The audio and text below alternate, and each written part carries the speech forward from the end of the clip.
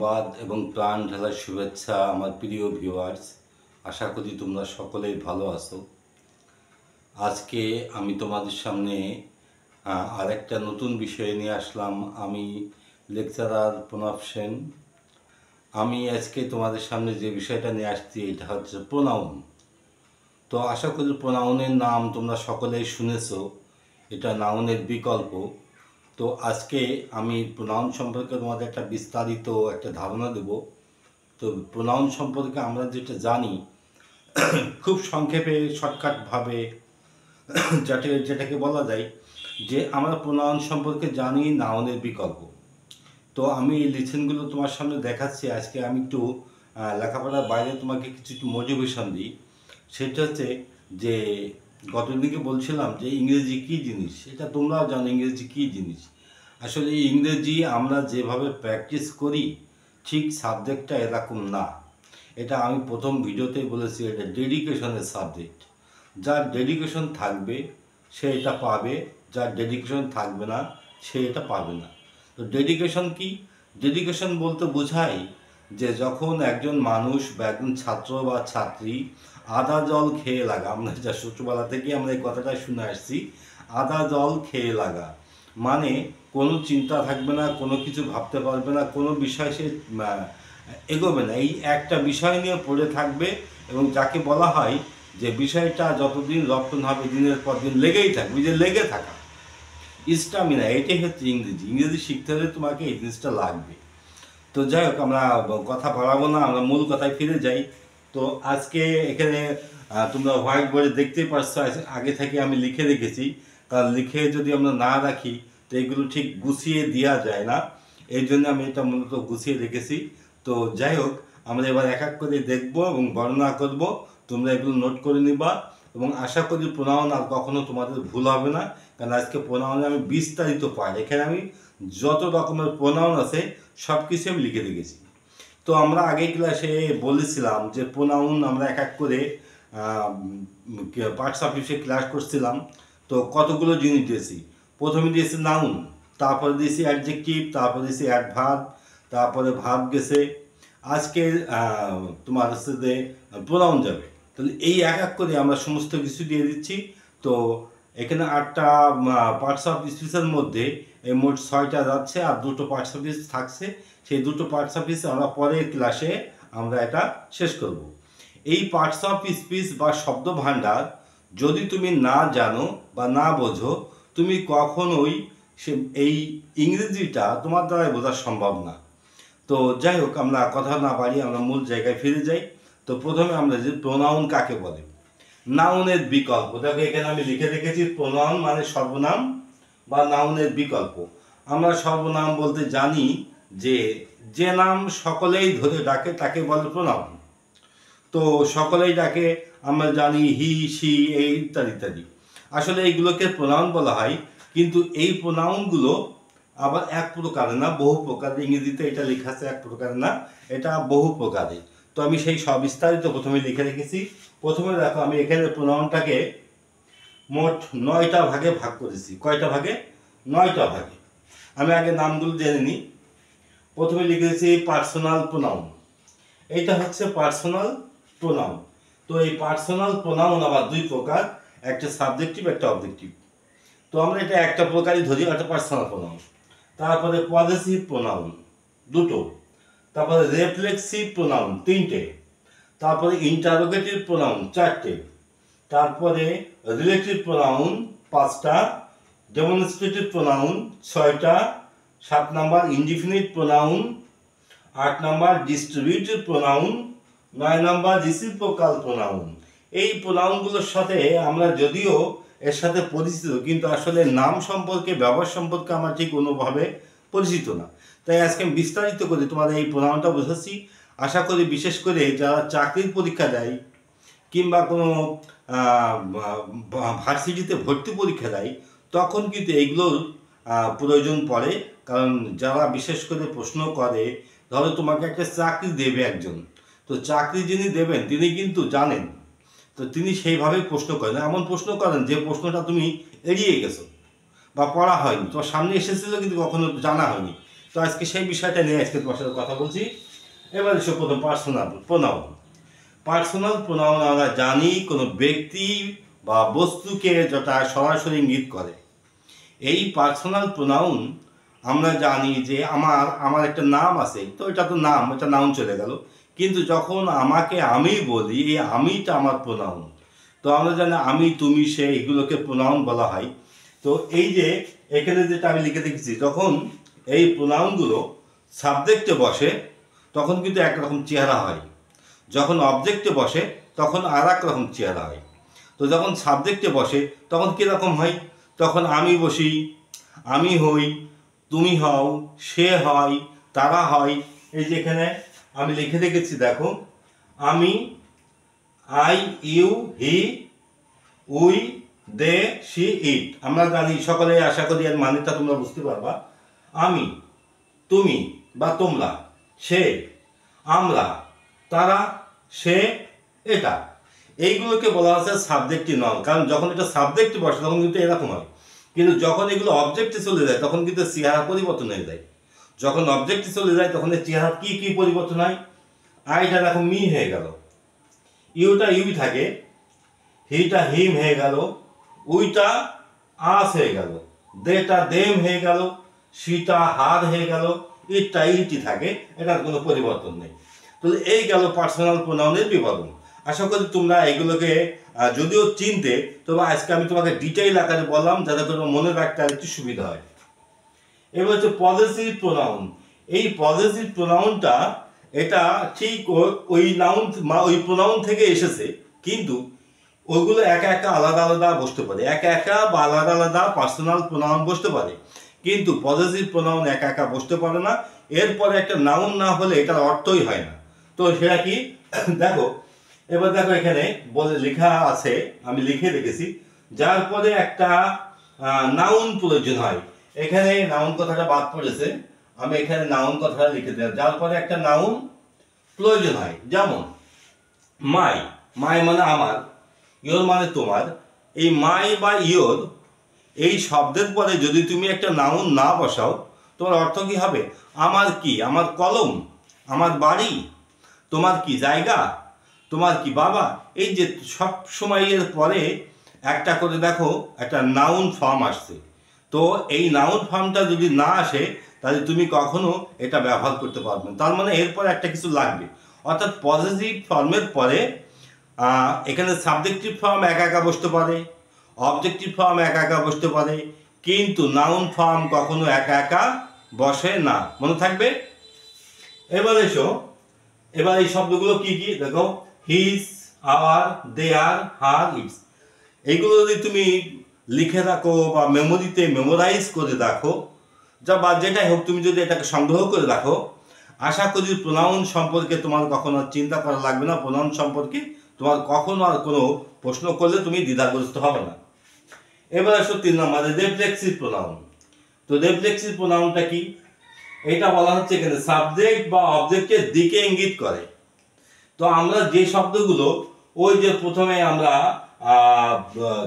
তোমার পজিটিভ যে ফর্মটা, সেই ফর্মটা এখানে তোমাকে একটু বলে রাখি, সাবজেক্টিভ ফর্ম তো একা একা বসে, অবজেক্টিভ ফর্ম একা একা বসে, কিন্তু পজিটিভ ফর্ম একা একা বসে না।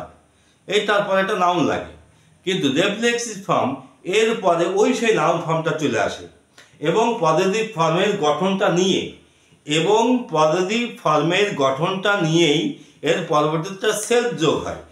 এই সেলফটা বা একটা নাউন ফর্ম যোগ হয়। যেমন ধরো লিখে রেখেছি হার সেলফ। আমরা জানি শি, শীতে সেই অবজেক্টিভ ফর্ম হার, সেই হার থেকে কিন্তু হার সেলফ, এটা কিন্তু হার লেখা আছে। অর্থাৎ পজিটিভ ফর্মে যেটা লেখা আছে ওর সাথে এখন সেলফ লেখা আছে। Her self, it self, my self, your self, him self, our self, them self. এই কথাগুলো সবগুলোই কিন্তু পজিটিভ ফর্মে ছিল। তো এই পজিটিভ ফর্ম থেকে আমরা ওর সাথে যখন সেলফ যোগ করা যাচ্ছে তখন কিন্তু এটা নাউন ফর্ম হয়ে যাচ্ছে, অর্থাৎ এটাকে রিফ্লেক্সিভ প্রোনাউন বলা হয়। এবার দেখো এখানে একটা জিনিস ব্যতিক্রম আছে, সেটা হচ্ছে দেম সেলফ। সবগুলো শেষে কিন্তু এসি এলএফ লেখা আছে, সেলফ। কেউ দেম সেলফের বেলায় কিন্তু এটা না। এটা ব্যাখ্যা আমি তোমার একটু পরে দেবো। আচ্ছা, আপাতত তুমি দেখো এটা একটু ব্যতিক্রম। এবার এসো ইন্টারোগেটিভ প্রোনাউন। তো ইন্টারোগেটিভ প্রোনাউন কাকে বলে? ইন্টারোগেটিভ নামই দিয়েছে ইন্টারোগেটিভ, মানে কি? যেটা দিয়ে প্রশ্ন করা হয়। তো প্রশ্ন যেটা দিয়ে করা হয়, এই প্রশ্নটা সাবজেক্ট দিয়ে আসে অথবা অবজেক্ট দিয়ে আসে। এই সাবজেক্ট এবং অবজেক্ট দিয়ে যখন প্রশ্ন করা হয় তখন একটা ডব্লিউএইচ ওয়ার্ডের প্রয়োজন হয়। ডব্লিউএইচ ওয়ার্ড আমরা জানি মোট 9টা। তার মধ্যে হু, হুইচ আর হুইচ আর একটা হচ্ছে হোয়াট। এই 3টে শব্দ খুব বেশি বেশি দরকার হয় এবং এগুলো সাবজেক্ট বা অবজেক্টের পরিবর্তে বসে। তো ওইগুলোকে তখন বলা হচ্ছে এটা ইন্টারোগেটিভ প্রোনাউন। আশা করি আমি তোমাদেরকে বোঝাই দিতে পারছি। এইবার হচ্ছে রিলেটিভ প্রোনাউন। তো রিলেটিভ প্রোনাউন আর এই ইন্টারোগেটিভ প্রোনাউন অনেকে এইটাকে একটা গুলিয়ে ফেলে। তো রিলেটিভ প্রোনাউনটা আমরা তোমায় একটু বলি। রিলেটিভ প্রোনাউনটা এখানে লেখা হয়নি, সেটা হচ্ছে যেটা ওখানে লেখা আছে সেটা এই রাখবি, হু, হুইচ, হোয়াট, হোয়াট আর দ্যাট। এই যে হু, হুইচ, হোয়াট, দ্যাট এইগুলোকে কখন ব্যবহার হয়? যখন এর পূর্বে, দেখো এখানে লেখা আছে পূর্ববর্তী নাউন বা সাবজেক্ট বা অবজেক্টকে নির্দেশ করে। পূর্ববর্তী নাউন বা সাবজেক্ট বা অবজেক্ট, পূর্ববর্তী নাউন, সাবজেক্ট বা অবজেক্টকে নির্দেশ করে। এই যে পূর্বে একটা কিছু নির্দেশ করছে, তার পরবর্তীতে আরেকটা শব্দ আসছে, যখনই এই হু, হুইচ, হোয়াট, দ্যাট এগুলো আসবে, এগুলো ব্যবহার করলে আরো পরিষ্কার করে বোঝা যায়। আপাতত তুমি এই যে আমি যেটা দিচ্ছি এটাকে বলে ধারণা বা বেসিক নলেজ। আমরা আগেই বলেছি আমরা বেসিক নলেজে ক্লাস করছি, বেসিক পার্টে ক্লাস করছি। এর বিস্তারিত বলতে গেলে অনেক সময় অনেক ফেলা। সবচেয়ে বড় কথা হচ্ছে একজন লার্নার প্রথমের দিকে এত কিছু সে মনে রাখতে পারে না, মনে রাখতেও পারবে না, মনে রাখবেও না। তাই আপাতত কাজ চলার জন্য প্রথম আমাদের প্রাইমারি কিছু নলেজ নিয়ে আমাদের পথ চলা শুরু করতে হয়। এবার এসো এই যে রিলেটিভ প্রোনাউনটা বললাম, এবার এসো ডেমনস্ট্রেটিভ প্রোনাউন। এই ডেমনস্ট্রেটিভ প্রোনাউনটা কি? এটা হচ্ছে ব্যক্তি বা বস্তুকে এটা ওটা এইগুলি ওইগুলি নির্দেশ করে। ব্যক্তি বা বস্তুকে এটা ওটা এইগুলি ওইগুলি। এখানে আমি লিখে রেখেছি, দেখো মাত্র 4টে শব্দ, দিস, দ্যাট, দিস, দোজ। এইগুলোর ব্যবহারটা অনেকে গুলিয়ে ফেলে বা ব্যবহারটা আমি একটু বুঝে নাও। দিসটা যেমন আমার কাছে একটা কলম আছে, এটা কিন্তু এখন দিস হয়ে গেছে, কিন্তু এই কলমটা যখন দূরে যেত তখন কিন্তু এটা দ্যাট হয়ে যেত। অর্থাৎ সিঙ্গুলার অর্থে দিস আর দ্যাট বসে, প্লুরাল হলে দিস আর দোজ বসে। একই রকম ফর্ম, একটা সিঙ্গুলার একটা প্লুরাল। তার মানে যখন আমি এটা আমার কাছে রাখছি দিস, এই কলমটা যখন আমি দূরে রাখবো বা টেবিলের পরে রাখবো তখন কিন্তু দ্যাট হয়ে যাবে। আবার কলম যদি একটা না হয় অনেকগুলো যদি হতো তাই এই কলমটা তখন কিন্তু দিস হয়ে যেত যদি কাছে দেখতো, আর যদি দূরে চলে যেত তখন এটা হতো দোজ। আশা করি আমি তোমাদেরকে বোঝাই দিতে পারছি। এইবার এসো ইনফিনিটিভ প্রোনাউন, এই ইনডিফিনিট প্রোনাউন। এই ইনডিফিনিট প্রোনাউনটা কি? কোন নাউন ব্যক্তি বা বস্তুকে বোঝায় না। এখানে যে কোনো কিছু হতে পারে, আবার অনেকও হতে পারে। তার মানে এটা অনেকটা কি হতে পারে? এটা তোমার ইনডিফিনিটটা অনেকটা এইভাবে বোঝানো যায় যে তোমার হচ্ছে যে